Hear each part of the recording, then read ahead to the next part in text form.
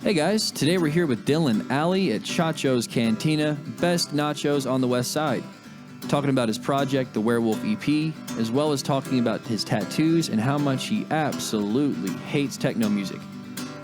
It's rare you get to meet someone that is considered a total purist in their craft, so I really enjoyed getting to sit down with Dylan and pick his brain while we went shopping for Halloween costumes. But without further ado, I'm Christian, and this is The Collective. How you like the salsa? Salsa. It's saucy. So walk me through the tattoos. When did you start getting tattoos? As soon as I turned 18, I was going to do it when I was a kid and stuff. All my heroes, they had tattoos, and I just, just like wrestlers and musicians and, just a bunch of cool guys. They always had like tattoos, and so I was like, man, I'm going to look like that one day, and so, years later, I did, exactly that. What was your first one? I was on my arm or whatever. It's not there anymore because I have the black fluids. Yeah. What was it of? Plus symbol. Yeah. Why the plus symbol? Because like when I first got into acoustic music, I really got into like Ed Sheeran, but as the years have kind of gone by, I didn't really too fond of his music. So how did I want to start with the basics, man. How did you even start with music? How'd that go down? I grew up a lot with like music. My mom and dad, they were into all kinds of. My dad was into like Rush and Genesis, Pink Floyd, and Led Zeppelin. My mom was into like Typo Negative and The Police and Peter Gabriel and U2 and stuff like that. And so I grew up with a good variety of music. And I just remember, I think it was, I saw like Rush, and like my dad was watching one of their concerts or something like on VHS or something. And I just remember just being so just in awe and everything. And yeah, back then, of course, like, you see people just like basically worshiping these three dudes on stage, just like, no, I want to do that. I want people to want me, so yeah.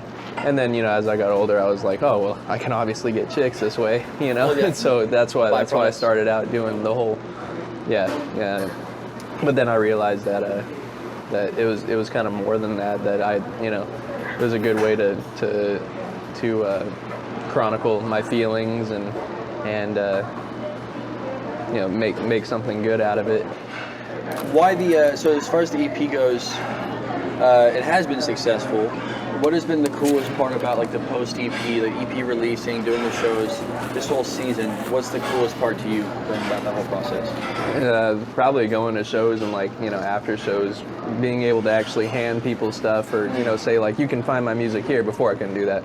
It's just like, where can I find your music? And for years and years I'd be like, oh yeah, I got music coming. In my voice memos. Yeah. How long did it take you to finally record something?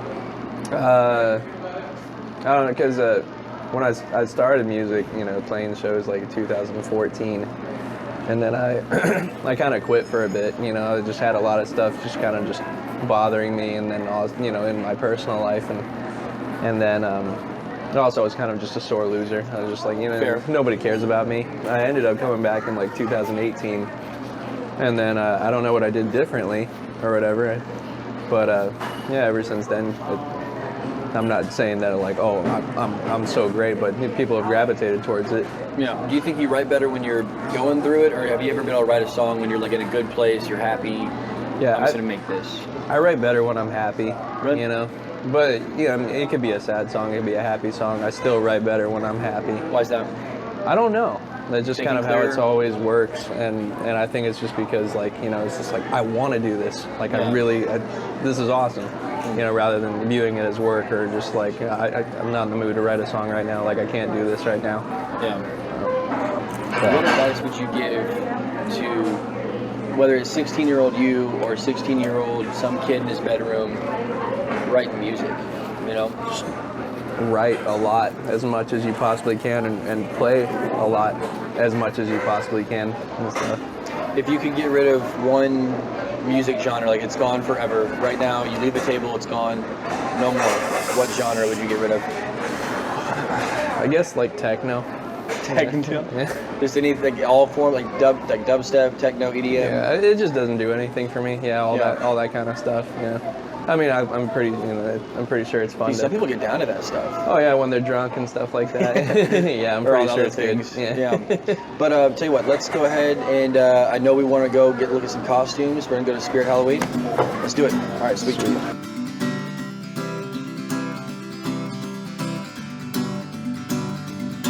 Larry, Gary, and Jerry. Dude, this interview's off the chain, man. Surely not a way to get ahead in life. Austin Powers. Man, right off the bat, alright. You remind me of jump scares and being alone in the dark. You're a campy 80s nightmare, a B-movie with killer sharks. Now feel like a meat hook, you don't want me hanging around. Hey, I'm just need a an hand? old haunted house and you're the town Call that's me butter, ready 'cause to I'm on a sundown. But I know there's a killer out there, Nice. a madman with no dialogue. Gonna know you're real scared, but I think you could come along. 'Cause I could be your scary movie protagonist.